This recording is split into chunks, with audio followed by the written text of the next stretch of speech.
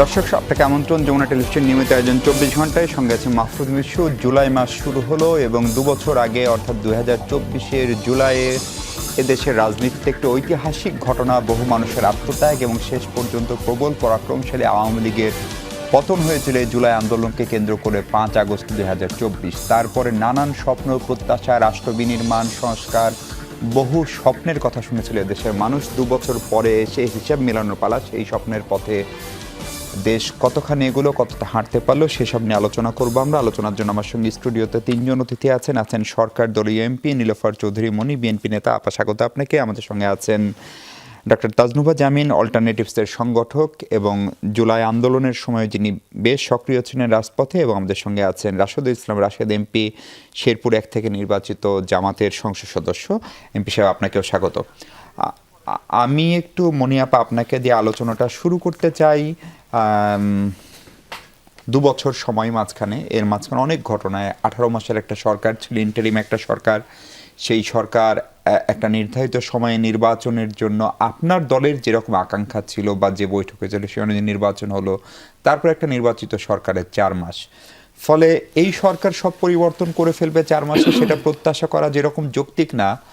আবার একই সাথে যে স্পিরিট নিয়ে মানুষ সেদিন রাজপথে নেমেছিল, যারা নেমেছিল তাদের সেই জুলাইটের যে স্পিরিট বা প্রত্যাশা, সেইটাই 2 বছর পরে আসলে যদি মিলান, কতখানি মেলে আসলে? ধন্যবাদ আপনাকে, যারা শুনছেন এবং আমার সাথে যারা আছেন সবাইকে শুভেচ্ছা, অভিনন্দন। এতগুলো জটিল প্রশ্ন, সবগুলোই জটিল প্রশ্ন। রাজনীতিটাই জটিল, বাংলাদেশের রাজনীতি আরও বেশি জটিল। 2 বছরে আমার কাছে এরকম নিষ্প্রভ জুলাই আমি দেখব এটা আশা করিনি। আমার মনে হয়েছিল মানুষের যত পুঞ্জীভূত ক্ষোভ, কষ্ট, দুঃখ ছিল, মানুষ সমস্ত বাংলাদেশ মাঠে নেমে গিয়েছিল, রাস্তায় নেমে গিয়েছিল। নিশ্চয়ই আপনি, আমি সবাই জানি, এখানে যারা আছে সবাই জানি। আমরা ভেবেছিলাম যে অন্তত পক্ষে 5-10 বছর তো এটার একটা স্পিরিট যেটা চলবে দেখব। কিন্তু কি হলো, ওই মনীষীরা যে কথাগুলো বলে গিয়েছেন ওই কথারই পুনরাবৃত্তি, যে বিপ্লব তার সন্তানকে খেয়ে ফেলে। আজকে যারা আছে এখানে, আমরা 3 জন আছি, 3টা দলের থেকে প্রতিনিধিত্ব করছি। সবাই বিপ্লবে কোনো না কোনোভাবে আমাদের অংশীদার ছিলাম, এবং আপনারাও ছিলেন। এই আমাদেরকে দেখানো, শো করানো, এত রিস্ক নিয়ে এই 4 জনই আমরা ছিলাম। কিন্তু দেখেন, 4 জন আছি, কিন্তু বিপ্লবটা কোথায় যেন যে ধরনের যেভাবে বাজার কথা ওইভাবে বাজে না, বাজছে না। যেভাবে পাওয়ার কথা ওইভাবে পাচ্ছি না। যদিও বর্তমান সরকার আগেরটাই অব্যাহত রেখেছে, যে বিপ্লবে যারা শহীদ হয়েছেন, যারা আহত হয়েছেন, যারা পঙ্গু হয়েছেন, তাদের জন্য বিভিন্ন ক্যাটাগরিতে 20,000, 15,000, 10,000 টাকা মাসহারাটা অব্যাহত রেখেছেন। কিন্তু এইটাই শুধু আমাদের ছিল না টার্গেট। আমরা আজকে অনেক প্রোগ্রাম, রাষ্ট্রীয়ভাবে বিভিন্ন দলের প্রোগ্রামগুলো আমরা দেখলে আমাদের ভালো লাগতো, যে এটার জন্য যেটা আমরা এখনও 71কে মনে করি। আমরা যে এই জন্য মিলাই না, তার একটা কারণ, 71-এর এখনও 16ই ডিসেম্বর আসলে মনে হয় যে নিজস্ব একটা দিন, 26শে মার্চ আসলে, অথবা আমরা যদি 52-য় ফিরে যাই, যে 21শে ফেব্রুয়ারি আসলে মনে হয় যে এটা একটা স্পেশাল দিন। তো যেটাই হোক না কেন, আমরা এই জায়গাটা রক্ষা করতে চাই, কিন্তু পারছি না। কেন পারছি না? এখন তো বল আপনাদের কোর্টে, কেন পারছেন না? একটা সরকার চাইলে, সরকার কিন্তু যথেষ্ট, আপনি দেখেছেন যে মহান জাতীয় সংসদে সরকারের বিভিন্ন এমপিরা, সরকার নিজে, সরকার প্রধান নিজে বিভিন্নভাবে এই জুলাই শহীদদেরকে, জুলাইকে মনে রাখার জন্য বিভিন্নভাবে চেয়েছে। কিন্তু একটা জিনিস আমি আপনাকে আজকে বলি, 90-তেও আমি ছিলাম, শেষের দিকে 90 আমার স্কুল, কলেজ, বিশ্ববিদ্যালয়। 90টাকে আমরা যেভাবে, আমরা কিন্তু 90 এখনও আমাদের দেখলে মানুষ 90-এর কথা মনে করে, সেটাও কিন্তু অনেক দিন ছিল জলজলে। যদিও আমরা জোটের রূপরেখাকে আমরা বাস্তবায়ন করতে পারিনি, সেটা কিন্তু আমাদের একার দোষ ছিল না। সেটা যারা সরকারে ছিল, যারা বিরোধী দলে ছিল, প্রত্যেকেই আজকের মতো আন্দোলনের নেতৃত্ব দিয়েছে, অংশীদার ছিল। তারা কেউই ওইভাবে গুরুত্ব দেয়নি। ঠিক একই জায়গায় যারা আজকে বিরোধী দলে আছেন, যারা সরকারে আছেন, সরকারের তো আসলে নাম্বারিংই করেন নাই। যারা সত্যিকার, যারা সামনের কাতারে আমাদের ছেলেমেয়েরা ছিল, তারাই তো আসলে পিছিয়ে গেছে। এখন যৌবন যার যুদ্ধে যাবার যদি তার শ্রেষ্ঠ সময় হয়, তাহলে কেন এই সন্তানরা তার ন্যায্য হিস্সাটা নিজে স্মরণ করতে পারছে না? নিজে কেন এত কষ্টের মধ্যে আছে? তাদের চেহারার দিকে তাকালে কাউকে কাউকে খুব ভালো আছে, হালুয়া রুটির বেনিফিটটা খুব ভালো বুঝতে পেরেছে, আর বাকি সবাই 95% বা 97% তাদের মুখের দিকে তাকানো যায় না। এটা কেন? এইখান থেকেই কিন্তু বিপ্লবটা উষ্টাগত হয়, লক্ষ্যহীন হয়। লক্ষ্যহীন। তাজনুভা জামিন, জুলাই ফাউন্ডেশন নামে একটি প্রতিষ্ঠান হয়েছিল অন্তর্বর্তী সরকারের সময়। তার যিনি প্রধান, তিনি আজকে আনুষ্ঠানিকভাবে জানিয়েছেন দেশের বিভিন্ন স্থানে জুলাই গ্রাফিতি মুছে ফেলা হচ্ছে। দ্বিতীয় হচ্ছে, জুলাই ফাউন্ডেশনের বেতন অনেক দিন ধরে হচ্ছে না। তার অংশ হিসেবে আজকে একটি দলের এমপি 1 মাসের বেতন উনি দান করেছেন। জুলাইয়ে যারা আহত হয়েছিলেন, যারা পা হারিয়েছিলেন, হাত হারিয়েছিলেন, তাদেরকে অনেকের অবস্থার ফলো আপ যদি আমরা করি, দেখব যে তাদের খোঁজ খবর কেউ নিচ্ছে না। এরকম অনেক আছে, কারো বেশিরভাগই হয়তো নিচ্ছে, কিন্তু একজনেরও যদি না নেয়, ফলে হঠাৎ করে 2 বছরের মধ্যে জুলাই রাজনৈতিকভাবে এতটা গুরুত্ব হারাবে, এটা কি প্রত্যাশিত ছিল নাকি এটাই বাস্তবতা? ধন্যবাদ আপনাকে, আমার সহ আলোচক এবং দর্শক যারা দেখছেন সবাইকে শুভেচ্ছা। প্রত্যাশিত তো ছিল না, কিন্তু দুর্ভাগ্যজনকভাবে এটাই সত্য। এবং এগুলো তো হয়তো রিপোর্টে, মিডিয়াতে আসছে। আমরা ব্যক্তিগতভাবে যাদের সাথে জুলাইয়ে যারা আহত হয়েছেন বা শহীদ পরিবার, সবার সাথেই তো গত 2 বছরে সেই 24 থেকেই জানাশোনা আছে। আমাদের প্রত্যেকেরই কারো না কারো 2-3টা পরিবারের সাথে, আহতদের সাথে যোগাযোগ আছে। মানে অনেকের সাথে আসলে চোখ মিলায় কথাও বলা যায় না, এটা আমার আসলে স্বীকার করতে কোনো অসুবিধা নাই। দারুণভাবে আমরা, মানে সামগ্রিকভাবে, জাতিগতভাবে আমরা ব্যর্থ হয়েছি এই জুলাইয়ে যারা শহীদ হয়েছেন এবং যারা আহত হয়েছেন তাদের কাছে। তবে ডেফিনেটলি এটা যেহেতু ছাত্রদের নেতৃত্বে একটা গণ অভ্যুত্থান ছিল, এটা পুরো বিশ্বই দেখেছে, তো দায়টা আসলে তরুণদের উপরই বেশি পড়ে এবং বেশি বর্তায়, বা বাকিরাও তরুণদের উপরই, ছাত্রদের উপরই এটা দেয়, এবং এই দায়টা আসলে অস্বীকার করারও কোনো উপায় নাই। জুলাই ফাউন্ডেশন তো শুরু থেকেই অনেকবার হোঁচট খেয়েছে, আপনার যদি মনে থাকে, অনেকবার তাদের প্রধান সময়েই থেকে এটা হোঁচট খেয়েছে, পরিবর্তন হয়েছে, ভিতরের কার্যকলাপ ঠিক মতোভাবে পরিচালনা করা যায় নাই। সো অনেকেই অনেক অভিযোগ ছিল। সো ওটা তো আসলে একটা খণ্ডকালীন, দীর্ঘমেয়াদে আমরা এদেরকে আসলে ওন করতে পারি নাই। আপনি দেখেন আজকে 1 জুলাই, জুলাই উদযাপন কত বড় হবে, মাসব্যাপী আমরা কত বর্ণাঢ্যভাবে জুলাই উদযাপন করব, সেটা আসলে অর্থহীন যদি জুলাইয়ের আকাঙ্ক্ষাটা বাস্তবায়ন না হয়। সেই আপনি যদি মুক্তিযুদ্ধের কথা যখন আমরা বলি যে মুক্তিযুদ্ধের আকাঙ্ক্ষা বাস্তবায়ন হয় নাই দেখে 71-এর কন্টিনিউশন আপনার 24 হয়েছে, 90 হয়েছে, এরপর 24 হয়েছে। সো ওই উদযাপনটাতে আমার কাছে মনে হয়, আপা যখন বললেন যে নিষ্প্রভ হয়ে গেছে বা একটু ফিকে হয়ে গেছে, আমার কাছে মনে হয় যে বাংলাদেশের মানুষ, কারণ একটা জেনারেশন তো পরিবর্তন হয়েছে, একটা বিশ্ব অনেক এগিয়ে গেছে, এখন আসলে ওই উদযাপন কতটুকু জমকালো ওটাতে মানুষ আসলে খুশি হয় না যতক্ষণ না আপনার জুলাই আকাঙ্ক্ষাটা বাস্তবায়ন না হয়। এবং আমরা যখন ব্যর্থ হই বলি, অনেকগুলা ব্যর্থতা আছে। আজকে আমি সারাদিনে অনেক জুলাই আহত যেসব পরিচিত মুখ আমাদের আছে, আতিককে দেখছিলাম যার হাত নাই, সে বলছিল যে এটা পুরোটাই ব্যর্থ হয়েছে, কোনো পরিবর্তন আসলে হয় নাই। সো ওই যে পরিবর্তনটা, জুলাইয়ের আকাঙ্ক্ষাটা যে বাস্তবায়ন হয় না, আমার কাছে মনে হয় যে জুলাই শহীদদের নিজেদের টাকা পয়সা, নিজেদের জীবন থেকেও এটা বেশি দুঃখ। আরেকটা হচ্ছে বিচার। আমি আজকেও দেখছিলাম যে রায়ের বাজারে যখন কবর জিয়ারত করতে গেছে, ওখানে এক শহীদের ভাই মানে বলছে যে আমি আমার মায়ের সাথে চোখ মিলাতে পারবো না জুলাই মাসে, কারণ বিচারের কোনো অগ্রগতি নেই। আমরা কিন্তু দেখছি না অন্তর্বর্তী সরকারের সময় তাও একটা ব্রিফ করলেও যে কি হচ্ছে, কতটুকু হচ্ছে, এখন কিন্তু ওই ধরনের কোনো আলোচনাই নাই। গতকালকেও হাসানুল রায় হলো, এবং মানে যেভাবে হওয়াটা উচিত মানে আপনি ছিল, গতি নিয়ে আপনার অসন্তোষ গতি আছে। এবং আপনি নিজেও সাংবাদিক হিসেবে আপনি দেখবেন যে এই ধরনের আলোচনা কিন্তু ধামাচাপা পড়ে গেছে। এবং পরিবর্তনের কথা কি বলি, আমরা এই জুলাই থেকে একটা নতুন রাজনৈতিক শক্তি বের হতে পারলো না। এতগুলো সংস্কার প্রস্তাব আসার পরেও আপনি মানে মিলাতে পারবেন না যে 5ই আগস্টের বা জুলাইয়ের আগের সরকার জাস্ট মনে হবে যে একটা রেজিম পরিবর্তন হয়েছে, আমরা কিচ্ছু পরিবর্তন করতে, এটা তো আমার কাছে মনে হয় সবচেয়ে বড় ব্যর্থতা। এবং এরপরে এই জুলাই শহীদ শাসন ব্যবস্থার কোনো পরিবর্তনই হয় না। ডক্টর তাজনুবা, আপনাকে একটু থামাই। আমি রাশেদুল ইসলাম আপনার কাছে আসতে চাই। জুলাইয়ের এই সময়গুলোর কথা যখন আমরা একটু রিকল করছিলাম আজকে বা পুরোনো রিপোর্টগুলো দেখছিলাম, সেই সময় পুলিশ, প্রধানমন্ত্রী, তৎকালীন স্বরাষ্ট্রমন্ত্রী যিনি ছিলেন, তারা সবাই এটাকে এভাবে ব্র্যান্ডিং করছিলেন যে এটা জামাত শিবিরের আন্দোলন। আপনি যে ছাত্র সংস্থাটিরও প্রধান নেতা ছিলেন এবং এখন সেই দলেরও এমপি। ফলে আমরা যদি এইভাবে দেখি যে জুলাইয়ের ফলে সবচেয়ে বড় পরিবর্তন কি, একটা নির্বাচন হলো এবং যেই নির্বাচনে আপনার দল যেটা জামাত ইসলামী, তারা তার ইতিহাসে সর্বোচ্চ, আপনার এত বহুদেশীয় পার্টি, পাকিস্তান এবং ভারতে আপনার সক্রিয় সংগঠন আছে, সবচেয়ে বড় সফলতাটা পেলেন। ফলে আপনার রাজনীতি নিষিদ্ধ ছিল, আপনারা মূলধারায় আসলেন। ফলে জামাত দল হিসেবে ছাত্র শিবির সবকটি পাবলিক বিশ্ববিদ্যালয়ের ছাত্র সংসদ নির্বাচনে জিতলো।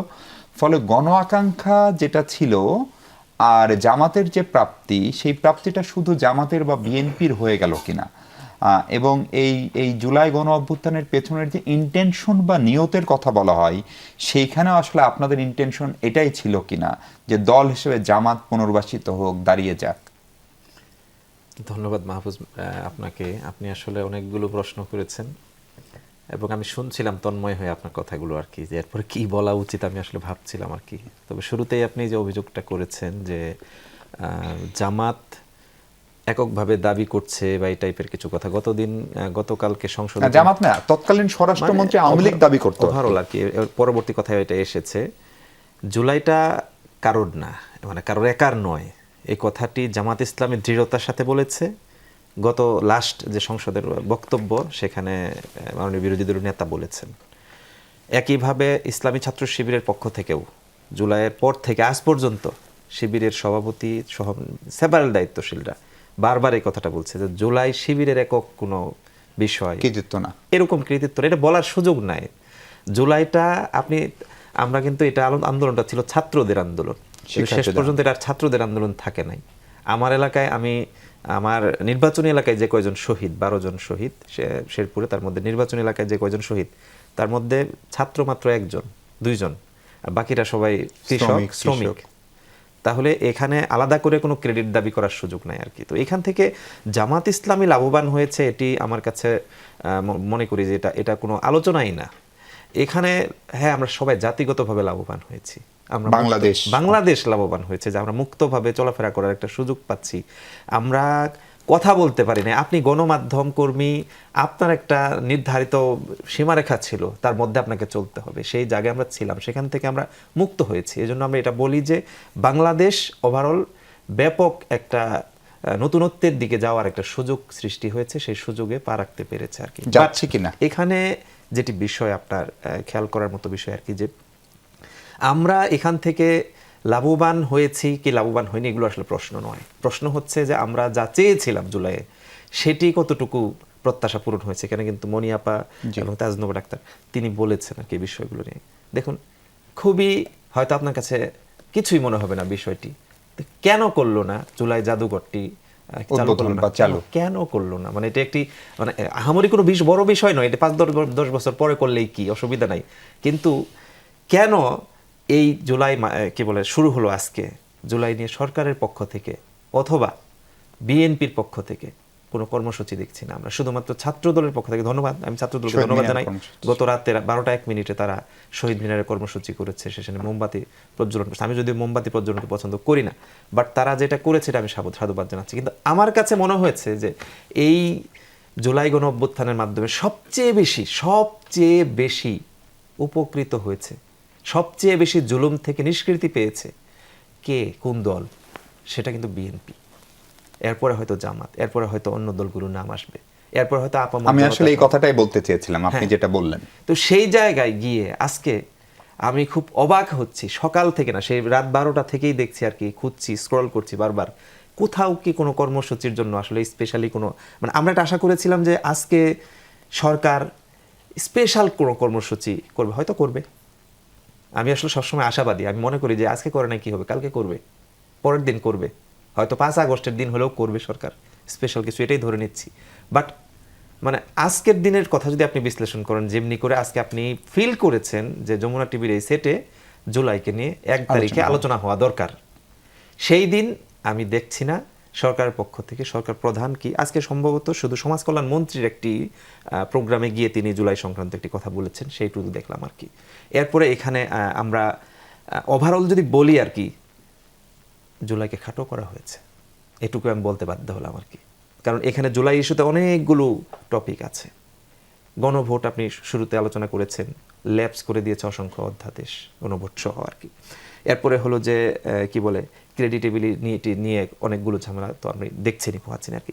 এই সব কিছু মিলিয়ে বাংলাদেশ জুলাইকে কেন্দ্র করে, জুলাইয়ের মাধ্যমে যে সুযোগ সৃষ্টি হয়েছে, সেই সুযোগটাকে কেন যেন কাজে লাগাচ্ছি না, কাজে লাগাতে পারি। মনি আপা, এই একটা তো কাঙ্ক্ষিত বাংলাদেশ, এবং আমি জানি আপনি যেহেতু সরকারি দলের এমপি, আপনার পক্ষে আপনি আগে যেভাবে কথা বলতেন আমি জানি না এখন বলতে পারবেন কিনা, কিন্তু এটা তো সত্যি একটা নির্বাচন ছাড়া সত্যিকার অর্থে এমনকি যে বিষয়গুলো একদম ডিসাইডেড ছিল, যেমন স্বাধীন বিচার বিভাগের একটা সচিবালয়, বাংলাদেশে একটি স্বাধীন মানবাধিকার কমিশন, দুর্নীতি দমন কমিশন বা পাবলিক সার্ভিস কমিশনগুলো সংস্কার হবে, মানে সত্যি সত্যি তারা স্বাধীন হবে, রাষ্ট্রপতি ও প্রধানমন্ত্রীর ক্ষমতার ভারসাম্য, এগুলো কিন্তু আমরা বিএনপির 31 দফা 27 দফায়ও দেখেছি। এবং সম্ভবত গণভোট যেটা হলো সেখান থেকেও আপনারা চলে আসেন। ফলে এইটা হওয়ার জন্য তো ধরেন আপনার ওই 2007-08-এর কথা বলছেন, আমি বলছি 96 বা 2001-এ যে ধরনের আন্দোলন হয়েছিল সেটি হলেই হতো। তাহলে তো এই জাতিসংঘের তদন্ত, এত বড় গণ অভ্যুত্থান, এটা হওয়ার পরেও একই জিনিস হলো না, আর কোনো পরিবর্তন আসলে হচ্ছে? দেখেন, আপনি নিজেই কিন্তু শুরুতে বলেছিলেন 4 মাসের সরকার। একটা 4 মাসের সরকারের কাছে আপনি কিভাবে এত লম্বা আশা করেন? 4 মাসের সরকারের 31 দফাটা কিন্তু হারিয়ে যায় নাই। 31 দফাতে যা ছিল এবং নির্বাচনী ইস্তেহারে যা ছিল তার কিছু কিছু অনেকখানি কিন্তু পূরণ করার পক্ষে, মানে যাচ্ছে, প্রাইমারি স্টেজ পার হচ্ছে, আমি বলিনি যে পুরাটা হচ্ছে শেষ পর্যন্ত। এবং অর্থমন্ত্রী বাজেট বক্তৃতায় কি বলেছে যে নির্ধারিত লক্ষ্যমাত্রায় পৌঁছতে হলে 4 বছর লাগবে। অর্থনীতির ক্ষেত্রে অর্থনীতি ছাড়া কিচ্ছু হয় না। বাংলাদেশের টাকাটা কোন জায়গায় আছে আপনি ভালো মতো জানেন, একদম তলানিতে। সেইখানে বিএনপি যে সাহস করে রাষ্ট্রের ক্ষমতাটা নিয়েছে, দায়িত্বভার, এটা অনেক বড়। কারণ শুধু নেওয়াটাই তো বড় কথা না, সিস্টেমেটিক ওয়েতে চালানো। এই যে একটা বাজেট গেল, প্রত্যেক বছর বাজেটে মানেই জিনিসপত্রের দাম 1 দফা বাড়ে, এইবার না কমলেও বাড়ে নাই তো। সেইখানে তো আমরা থ্যাঙ্কসলেস ব্যবসা করি সবখানে। আপনি যদি আপনার একটা দুষ্ট বাচ্চাকে, আপনার সন্তান, আপনি সারাক্ষণ যদি বলেন ও দুষ্ট, ও কিন্তু আরো প্রতিযোগিতায় দুষ্ট হবে। আপনি যদি বলেন যে না ও খুব লক্ষ্মী ছেলে, ও কিন্তু মনে করবে যে আমি দুষ্টুমি করেছিলাম তারপরে বলেছে। আমরা বললেই কেউ না আপা, সেটা বলছি না, সরকার লক্ষ্মী সেটা ধরে নিয়ে বলি। ধরেন বিচার বিভাগের যে একটা স্বাধীন সচিবালয় যেটা অন্তর্বর্তী সরকার করে গেলেন, অথবা ধরেন স্বাধীন মানবাধিকার কমিশন, সেই দুটো অধ্যাদেশ বাতিল করে কত টাকা রাষ্ট্রের সেভ করলেন? আপনাকে বলি, বিচার বিভাগের কি স্বাধীন অন্তর্বর্তী সরকারের সময় হয়েছিল? সচিবালয় অন্তত হয়েছিল, স্বাধীন হয়েছে কিনা জানি না। স্বাধীন কি হয়েছিল? আপনাদের অনেক সাংবাদিকরা অ্যারেস্ট হয়েছিল যে কথার জন্য অ্যারেস্ট হওয়ার কথা না। আপনি তো বলেছিলেন যে আপনি কণ্ঠের স্বাধীনতা দিয়েছে, মত প্রকাশের স্বাধীনতা, তাই না? তো ওটাই কণ্ঠের স্বাধীনতা। তো সে না হয় দুটো কণ্ঠ দিয়ে কথাই বলেছিল, সেই জন্য আপনার মুক্তিযোদ্ধাদের সমাবেশে কিন্তু আঘাত এনেছিল, অ্যারেস্ট করা হয়েছিল, ওখান থেকেও সাংবাদিকদের অ্যারেস্ট করা হয়েছিল। বিএনপি যে কাজ করে, যে কথা বলে, সেই কাজটা করার চেষ্টা করে। বিএনপির অতীত থেকে এই শিক্ষাটাই বিএনপির আছে। তো সেইখানে বলেছে, আপনি দেখেন বিএনপি যেটা আপনার জুলাই সনদের যেটা বিচার বিভাগের কথা বললেন, আপনি গুমের কথা বলতে পারেন, এই জায়গাগুলো বিএনপি কি বলেছে? সালাউদ্দিন সাহেব কিন্তু পরে স্পেশালি আবারও বলেছেন যে এগুলো আমরা সামনের, এগুলো এত তড়িঘড়ি করে করা যায় না, আমরা সামনের সংসদে আমরা আবার নিরিবিলি তুলব এবং এটার যথেষ্ট তথ্যপাত্র হাজির করে কিভাবে ভালোভাবে করা যায় সেই চেষ্টাটা করব। তার মানে আপনি 4 মাসের সরকারকে দোষ দিতে পারেন না। আমি যদি আপনার সামনে 4 বছর পরে বসতাম, আপনার সবগুলো কথা সত্যি থাকতো। সবগুলো ঠিক বলতাম, কিন্তু এখন আমি কিন্তু যথেষ্ট নিরপেক্ষ থাকার চেষ্টা করি। আমার কোনো চেঞ্জ আসে নাই, আমি আগেও যেভাবে বলতাম আমি ওইভাবেই বলার চেষ্টা করি।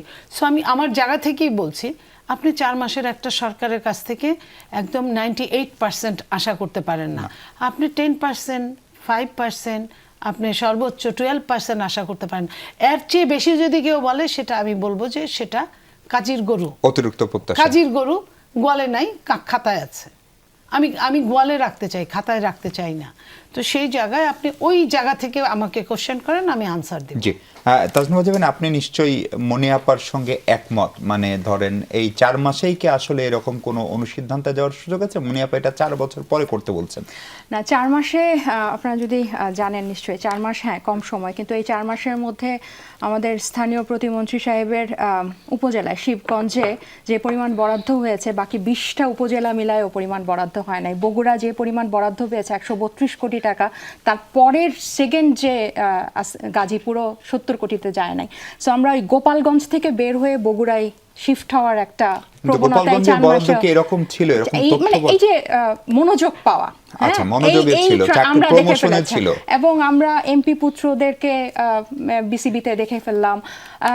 আজকে যেটা আমি যদি শুধু সরকার দলের না বলে, এবং প্রথম 24 ঘন্টার মধ্যে, আপনি 4 মাস তো বাদ দেন, প্রথম 24 ঘন্টার মধ্যে যে লিখিত অঙ্গীকারনামা করেছিল, সেই পুরা একটা বছর জুড়ে জাতীয় ঐক্যমত্য কমিশনে বিএনপি ওইখান থেকে সরে এসেছে, এবং এখন তো এটার আমি কোনো দিকে মানে চিহ্নই দেখি না এটার কি ভবিষ্যৎ। আর আপনি তো দুদক, মানবাধিকার বা জুডিশিয়ারির কথা বললেন। আজকে আমি যদি বিরোধী দলের কথাও বলি, আমাদের এই প্রতিমন্ত্রী সাহেব বলেছেন বিরোধী দলের নেতার মতো, শফিক সাহেবের মতো আর কেউ কখনো সংসদ পাবে কিনা জানে না। সো যেই মন্ত্রীকে বিরোধী দলের প্রশ্ন করা উচিত, জবাবদিহিতা চাওয়া উচিত, তাদের মধ্যে আমরা এক ধরনের বন্ধুত্ব দেখছি, যে বন্ধুত্বটা ব্যক্তিগত পর্যায়ে না, রাজনৈতিক পর্যায়ে। সো এগুলো কিন্তু আমাদেরকে খুব ভালো একটা আভাস দেয় না, এবং সেটা 4 মাসের মধ্যেই কিন্তু হচ্ছে। আপনি বাংলাদেশ ব্যাংকে দেখেন গভর্নর কাকে বসিয়েছে, এবং আইনশৃঙ্খলার অবস্থা দেখেন। আপনি আপা বাজেটের কথা বললো, মানে বাংলাদেশের ইতিহাসে মনে হয় সর্ববৃহৎ বাজেট, 9,38,000 কোটি টাকা। এই যে দাম বাড়ে নাই, এটা এখন আর ক্রেডিটের বিষয় না, এটা 2026। এই বাজেটে কিভাবে পূরণ হবে? আপনি রাজস্ব থেকে যে এই বাজেট, রাজস্ব থেকে আদায় করে এই বাজেটের মানে পূরণ করবেন, এটা কে বিশ্বাস করবে, যেখানে কর জিডিপি অনুপাত আমাদের একদম 6 পয়েন্টে তলানিতে। তাহলে এইগুলো কিন্তু শুভঙ্করের ফাঁকি। এবং এটা আগের টার্মের সাথে যখন 3 জোটের রূপরেখা বেহাত হয়, যখন জাতীয় ঐক্যমত্য কমিশনের হওয়া সব পক্ষের সাইন করা জুলাই সনদ দিনের আলোতে 24 ঘন্টার মধ্যে বেহাত হয়, তখন তো ওই 4 মাস সময় লাগে না আসলে। তবে আমরা আশাবাদী, আমরা কিন্তু অপটিমিস্টিক, কারণ অনেক কিছুর পরে সরকার গঠন হয়েছে। কিন্তু এই যে 2 বছর পরে যে হতাশাটা, আমাদের 3 জনের সুরেই কিন্তু, কণ্ঠেই কিন্তু হতাশার সুর আছে। তাহলে আমরা কিন্তু দেখছি যে আমরা সংসদে খুব প্রাণবন্ত, কিন্তু কেন জানি সংসদটা অ্যালাইন, সরকারি দল এবং বিরোধী দলের মধ্যে আমরা একটা অ্যালাইন কিন্তু শুনতে পাই। এবং অবশ্যই এবং সেটা থেকে আপনি দেখেন যে জামাত ঐক্যমত্য কমিশনে মিটিং চলাকালীন রাজপথে গেল গণভোটের তারিখের জন্য, জুলাই সনদের বাস্তবায়নের জন্য, আমরা কিন্তু এখন আর এটার আওয়াজটা শুনি না। বরং আমরা দেখি যে যেই মন্ত্রী সবচেয়ে সর্বাধিক তার ছেলে মেয়েদের নামে নামকরণ করছে আপনার ইউনিয়নের, তাকে আমরা তার সাথে এক ধরনের সখ্যতা, এগুলা কিন্তু আমাদেরকে বললাম না মানে ভালো একটা সিগন্যাল দিচ্ছে। জি রাশিদ ভাই, আমি জানি না তাজনুভার কথা নিশ্চিতভাবে উত্তর দিবেন। মানে তাজনুভা যা বললো সেটার যদি আমি সামারি করি, সামারিটা এরকম, মানে ওই যে আগে আওয়ামী লীগের সময় ঠাট্টা করে বলতো আমরা আর মামুরা, মানে এবং এমনকি জাতীয় পার্টি এক সময় সংসদেও ছিল, বিরোধী দলেও ছিল, আবার সরকারেও ছিল। এখন আপনারা কি খানিকটা ওই ফরম্যাটেরই একটা পলিশড রূপ, বা ধরেন গণভোট নিয়ে আপনারা আগে যেরকম সিরিয়াস, উচ্চকক্ষ নিয়ে যেরকম সিরিয়াস, শপথের সময় যেরকম সিরিয়াস, পরে গত 4 মাসে সেটা নিয়ে তাজনুভার যে অভিযোগ, আর অভিযোগ কেন আসলো না, বা সেটা নিয়ে জামাত চাইলে এটা আদায় করতে পারবে না, এইটা বিশ্বাস করাও তো আসলে খুবই কঠিন সম্ভবত মানুষের জন্য। দেখুন, আসলে বলতে থাকলে তো আসলে অনেক কিছুই বলা যায় আর কি, কিন্তু আসলে বাস্তবতা কতটুকু কি। আমরা সরকারের সাথে এলাই, তারপরে হলো যে আমরা মিষ্টি মিষ্টি করি, তারপরে হলো কি কুসুম কুসুম বিরোধী দল। কুসুম বিরোধী দল, মানে কি সব অদ্ভুত কথা, অদ্ভুত কথা যে আজকে সরকারের 9,38,000 কোটি টাকার বাজেট দিয়ে তাদের কি বলে যে নাকে তেল দিয়ে ঘুমানোর অবস্থা হওয়ার কথা, তাই না? সেই জায়গায় আমরা দাবি একের পর এক রাখার কারণে শেষ পর্যন্ত ব্যাংক রেজুলেশন অ্যাক্ট 18 ক সেটা বাতিল করেছে। সঞ্চয়পত্রের সুদের হার, তারপরে হলো যে কর সীমা, সাইকেলের পাস সংক্রান্ত, কালো টাকা সাদা করা সংক্রান্ত, হ্যাঁ, এই যে এগুলো তো আমরা দাবি তুলেছি, কথা বলেছি এবং শেষ পর্যন্ত এগুলো মেনেছে। এবং শুধু এটাই না, অসংখ্য বিষয়, প্রত্যেকটা বিষয়ে কিন্তু আমরা কথা বলছি। এটা কথার কথা না বলা উচিত, আমি তাজনুবাকে অনুরোধ করব আর কি। মন্ত্রীদের সাথে বা সরকারের সাথে বা প্রধানমন্ত্রীর সাথে সম্পর্ক বন্ধুত্ব, কিন্তু অবশ্যই বন্ধুত্ব থাকবে। বিএনপির সাথে জামাত ইসলামের দীর্ঘদিনের মিত্রতা, তাদের সাথে আমাদের দীর্ঘদিনের চলাফেরা, কিন্তু এর অর্থ এই নয় যে এখন আমরা সরকারের সাথে সম্পর্ক রেখে রেখে, মানে কি বলে, সরকারি কাজে সম্পর্ক রেখে রেখে চলছে। এবং তিনি ইঙ্গিত করেছেন যে আজকে স্থানীয় সরকার প্রতিমন্ত্রী নেতার সাথে তিনি গিয়েছেন আর কি। এটি তো হতেই পারে, আমার এলাকায় মন্ত্রী যেতে পারে না, আমার এলাকায় প্রধানমন্ত্রী যেতে পারে না, এটা তো একটা স্বাভাবিক ঘটনা। গণভোটের গণরায় বাস্তবায়ন নিয়ে আবার আমরা একটু উল্টো দেখেছি, রবিউল ইসলাম যখন শফিকুল ইসলাম মাসুদের এলাকায় গিয়েছেন তখন কিন্তু ঝামেলা হয়েছে। সেটা দলীয় সংকট থাকতে পারে আর কি, কিন্তু এর অর্থ এই নয় যে ওই বগাই এলাকায় ব্রিজ কেউ চায় না। পটুয়াখালীর ব্রিজ বিএনপিও চায়, ব্রিজ জামাত হচ্ছে, সবাই চায়, সাধারণ মানুষের দাবি যেটা আর কি। ওইটা তাদের দলীয় কোনো সংকট থাকার কারণে সেখানে একটা হিচিং হয়েছে, হতেই পারে আর কি, গন্ডগোল আর কি। বাট আমি এটাকে খুব বড় করে দেখছি না আর কি। আর গণভোটের রায় বাস্তবায়ন নিয়ে আমরা কম সক্রিয়, চুপ হয়ে গেলাম, হঠাৎ চুপ হয়ে গেলাম, আমি কি মানে লজ্জায় পড়ে গেলাম আর কি।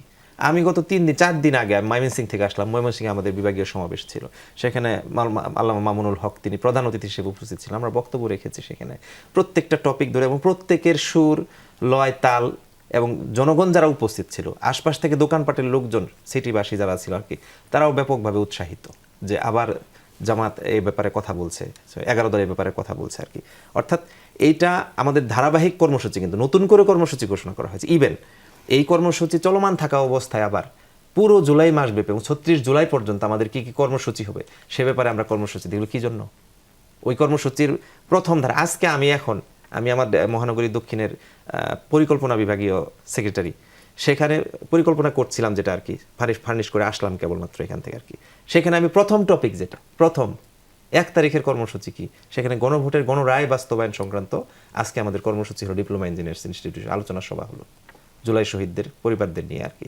আগামীকালকে আমাদের পক্ষ থেকে রায়ের বাজার বধ্যভূমি কবরস্থানে গিয়ে শহীদদের উদ্দেশ্যে, আপনি যেহেতু গণভোটের প্রসঙ্গটা তুললেন, আজকে জামাতের আমিরও স্পষ্ট করে বলেছিলেন এখন যে রাজনৈতিক সংকটটা দেশে চলছে সেটার প্রধানতম কারণ হচ্ছে গণভোট না মানায় এই সংকট। হ্যাঁ, তিনি আসছে যে জি, এটি যদি বিরোধী দলের নেতার অবস্থান হয়, তাহলে আপনি যদি সংকটের কারণ চিহ্নিত করতে পারেন, সেটার সমাধানে 68 সিটের বিরোধী দল জামাত, 4টিখানি কথা না, আপনারা কি করলেন সেটা নিয়ে কথা বলার সুযোগ অন্যরা কেন পাচ্ছে, বা নাগরিকদের কাছে কেন সেটা দৃশ্যমান হচ্ছে না? কি দৃশ্যমান? আপনারা যখন আওয়ামী লীগের রাজনীতি নিষিদ্ধের দাবি করেছেন তখন সেটা যেরকম দৃশ্যমান হয়েছিল, আপনারা যখন প্রধান বিচারপতিকে ওই সময় অপসারণের দাবি করেছেন তখন যেরকম দৃশ্যমান হয়েছিল, শহীদ ওসমান হাদির জানাজায় যেরকম মানুষের উপস্থিতি দৃশ্যমান হয়েছিল, সেটাকে কেন আপনারা পাবলিক এজেন্ডা বানাতে পারছেন না? পাবলিক এজেন্ডা হবে, হয়তো সময় লাগবে।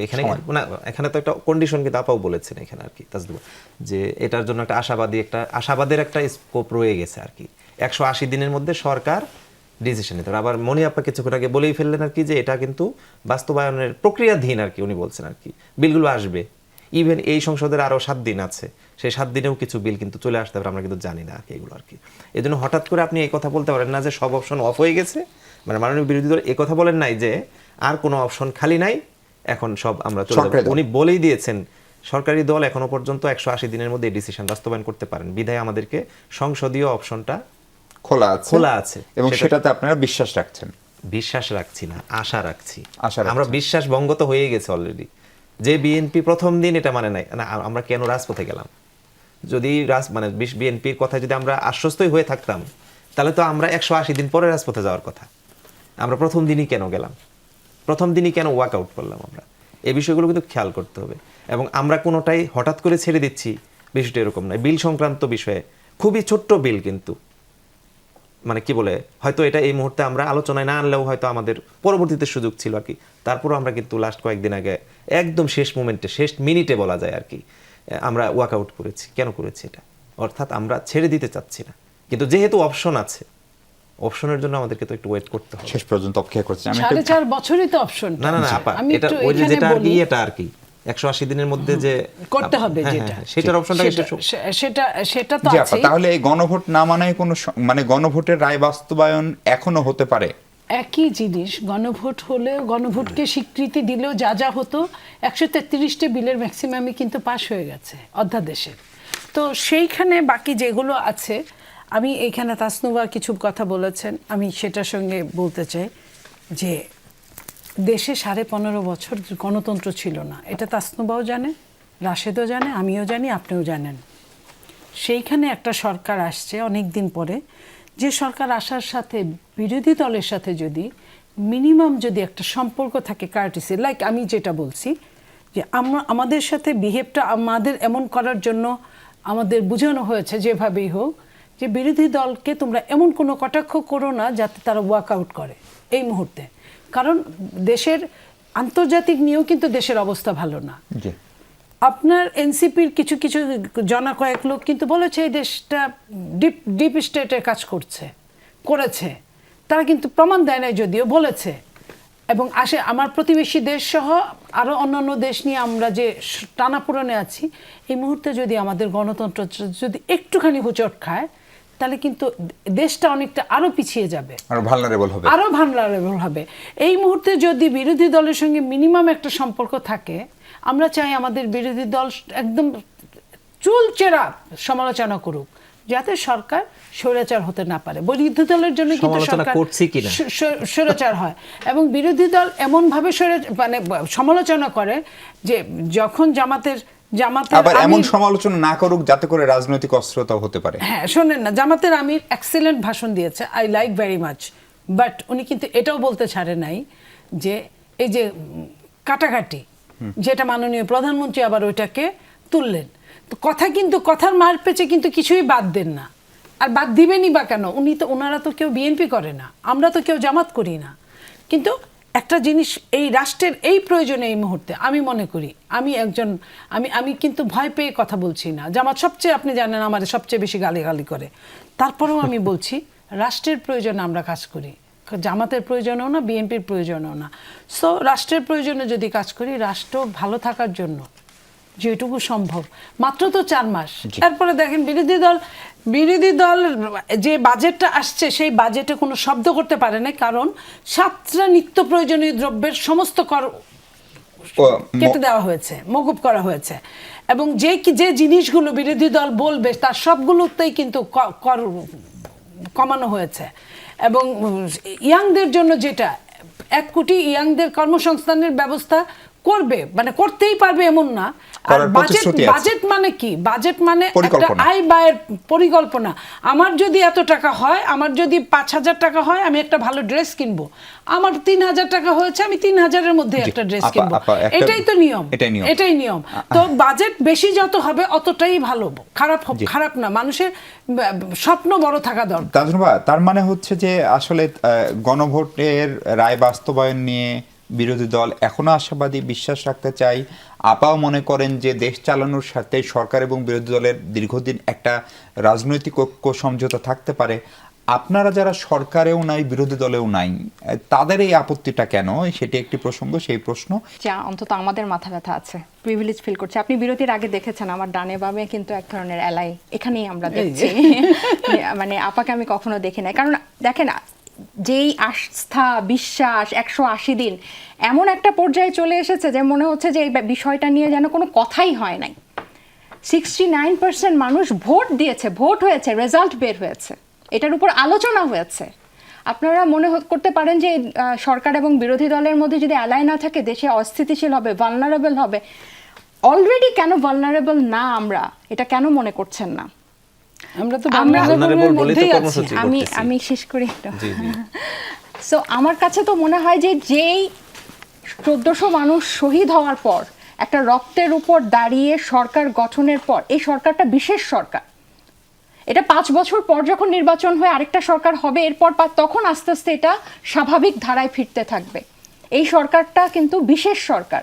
আমরা এখন যখন বিশ্বাস আস্থার কথা বলছি যে আমরা বিশ্বাস রাখতে চাই গণভোট আসবে, গণভোটের বিশ্বাস রায় বলি নাই। আমি একটু উনি প্রত্যাশা করছি, আশা রাখতে হচ্ছে। আশা আশা রাখতে চান। হবে তো আপনাকে। কিন্তু এই অবস্থায় তো ছিল না। এটার ব্যাপ্তি, এটার তীব্রতা অনেক বেশি ছিল। গত বছরও এটার বেশি ছিল, নির্বাচনের আগেও এটার বেশি ছিল।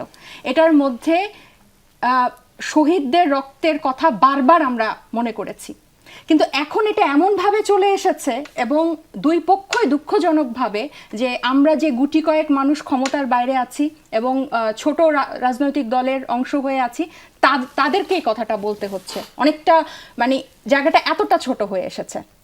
এবং এখানে আমি দ্ব্যর্থহীনভাবে বলতে চাই যে এটা প্রথম 24 ঘন্টার মধ্যেই ইলেকশনে সরকার গঠনের আমরা কিন্তু ধোঁকা খেয়েছি। এখানে কিন্তু কোনো যদি কিন্তু নাই, এবং এটা বলতে আমার কোনো দ্বিধা নাই। এবং যে ধরনের আগ্রাসন বিরোধী দলের হওয়া উচিত ছিল এই বিষয়টাতে যেভাবে ছাড় না দেওয়ার কথা ছিল সে ধরনের কোনো আগ্রাসন আমরা দেখি নাই। এই বিভিন্ন আপনারা নিজেরা জানেন, দীর্ঘদিন ধরে আপনারা রাজনীতি পর্যালোচনা করছেন, দেখছেন, সাংবাদিকতা করছেন। এই ধরনের কর্মসূচি দেওয়া, আমি জানি না কে কুসুম কুসুম বলেছে, দ্যাট ডিফাইন্স দ্য কুসুম কুসুম। যে আপনি একটা কর্মসূচি দিবেন, একটা সারাদিন জুলাই পুরো মাস ব্যাপী আপনি উদযাপন দিবেন। মানুষ এখন উদযাপনে আগ্রহী না, মানুষ আকাঙ্ক্ষা বাস্তবায়ন দেখতে চায়। কারণ এখানে রেজিম পরিবর্তন হয় নাই, আমি আপনি জান দেই নাই, আমি আপনি রক্ত দেই নাই, এখানে কর্য আছে, বাকি আছে, পাওনা বাকি আছে। সো এটা মেটাতে হবে আমাদেরকে সামগ্রিকভাবে। তারপর আরেকটা ইস্যুতে আমি একটু কথা বলতে চাই, সেক্ষেত্রে রাশেদ ভাই আপনার কাছে আগে যেতে চাই। একটা সংস্থা রিপোর্ট, মানবাধিকার সংস্থা, তারা বলছে যে শুধু জুন মাসেই মব সহিংসতায় 33 জন নিহত। দেশে একটি নির্বাচিত সরকার, একটি দৃশ্যমান কার্যত পার্লামেন্ট, সেখানে এটা কমবে না। আমরা অন্তর্বর্তী সরকারের সময় বলতাম অনেক আন্দোলন, ভঙ্গুর অর্থনীতি, ভঙ্গুর রাজনীতি। এখন মব সহিংসতা কারা করছে? এখন কেন পুলিশ কথা শুনছে না? মানুষ কেন আইন নিজের হাতে তুলে নিচ্ছে? তাজনুবার কথাগুলো শুনছিলাম এবং খুবই আক্ষেপ করছিলাম আর কি, যে তাজনুবার পক্ষ থেকে কেন কোনো কর্মসূচি আসে না। তার যে সংগঠন আছে বা তার যে কিছু কলাকুশলী আছে, সহযোগী আছে, তাদের পক্ষ থেকে কর্মসূচি আসে না কেন? এটাও তো একটা আক্ষেপের বিষয়। কারণ জুলাইয়ে ওনার যে ভূমিকা, এটা তো জাতি জানে, জাতি স্বীকার করে। সুতরাং আজকে হঠাৎ করে কেন তিনি শুধুমাত্র মানে রাজনৈতিক একটা প্রিভিলেজের কথা বলছেন? মেবি উনি ভেবেছিলেন যে সংসদ সদস্য হতে পারলে একটা প্রিভিলেজ পাওয়া যায়। আমি জানি না এই টাইপের কথা বলাটা কতটুকু কি হবে, এটাকে বিবেচনায় নিয়েই কিনা তিনি এনসিপি থেকে পর্যন্ত শেষ পর্যন্ত ইয়ে করেছেন। আমি জাস্ট সেদিকে যাচ্ছি না। আমরা জুলাইকে ফিল করেছি, গণভোটকে ফিল করেছি, বা এটাকে আমাদের জন্য অবিশ্বাস্য একটা মানে ধোঁকা, প্রতারণা শব্দ আমি উচ্চারণ করেছি। স্বরাষ্ট্রমন্ত্রীর পক্ষ থেকে সংসদে দাঁড়িয়ে যে ভাষায় বলা হয়েছে যে শুধুমাত্র গণভোটটাকে তারা মেনে নিয়েছে নির্বাচনে জেতার জন্য, আসার জন্য আর কি, নাকি এটাকে নিয়ে আমরা সেখানেই কথা বলেছি এবং বাইরে আমরা মিডিয়াতে সহ বিভিন্ন জায়গায় কথা বলছি। মব নিয়ে যদি 1 মিনিট বলেন। মবটা আমরা কেন বলছি ওটা সেটা শেষ করি আর কি, যে স্বরাষ্ট্রমন্ত্রী বারবার এই জুলাই সহ নানান ইস্যু নিয়ে নানান দিকে নানান কথাবার্তা বলে উনি আসলে ওনার যে জায়গাটা সেটাই ধরে রাখতে পারে নাই, আইন শৃঙ্খলা পরিস্থিতি নিয়ন্ত্রণে রাখতে পারেন নাই। স্টিল নাও, আজকে কিছুক্ষণ আগে আপনি তথ্য বললেন যে চট্টগ্রামে একজনকে প্রকাশ্যে গুলি করে হত্যা করা হয়েছে, এবং সেটা নিয়ে এখন পর্যন্ত বিকেল 5টার ঘটনা, কিন্তু এখন পর্যন্ত প্রায় মনে হয় 10 ঘন্টা পেরিয়ে গেছে। তো সেই সময় পর্যন্ত কোনো প্রতিকার নাই, মানে কি বলে কোনো ব্যাখ্যা বিশ্লেষণ নাই আর কি। এটা শুধুমাত্র একটা না বা 33টা ঘটনা না, আমার এলাকায় এরকম ঘটনা ঘটেছে যাবত পর্যন্ত 3টা, বিচার হচ্ছে না। শুধুমাত্র আপনি ওই কি বলে একটা ধর্ষণের বিচার করে আপনি দেখালেন, কেন এটা দেখাচ্ছেন আপনি হঠাৎ করে? তার মানে আপনার দূরভিসন্ধি আছে, আপনার কোনো বাজে মতলব আছে, আপনি এগুলো লোক দেখানো কাজ করছেন। এই জন্য আমরা পপুলারিস্টিক পলিটিক্স করছে আর কি বর্তমানে বিএনপি। এবং আমার কাছে এই জন্য এটাও বলেছি আমি আর কি বারবার, এই বাজেটেও রাজনীতিটা করা হয়েছে। আমরা তার একদম সময় আপা 1.5 মিনিট সময় পাবো। এই যে রাশেদ সাহেব যেটা বলছিলেন, ধরেন রামিসার কথা উনি বোধহয় মেন করছিলেন, ওটার বিচারটা খুব দ্রুততম সময় হলো, আমরা এটাকে সারাদিন কাভারেজ করলাম, এটা নিঃসন্দেহে প্রশংসার যোগ্য, কিন্তু এরকম অনেক ঘটনা ঘটছে। এই মবের ঘটনা ওই ফ্যামিলিগুলোকে আক্ষেপ করছে না? জি, আপনি নিজে মব নিয়ে প্রচন্ড রকম সরব ছিলেন অন্তর্বর্তী আমি এখনো সরকারের সরব। সময়ও। আমি তাহলে একটা সেটা কথা বন্ধ আমি হচ্ছে না কেন? আপনাকে একটা কথা বলি, এটা কিন্তু বহু বছরের একটা কাল- বাজে কালচারে পরিণত হয়েছে মবটা, এবং এটার নাম মব ছিল না, সন্ত্রাসী ছিল, বাট কাহিনী তো একই হতো।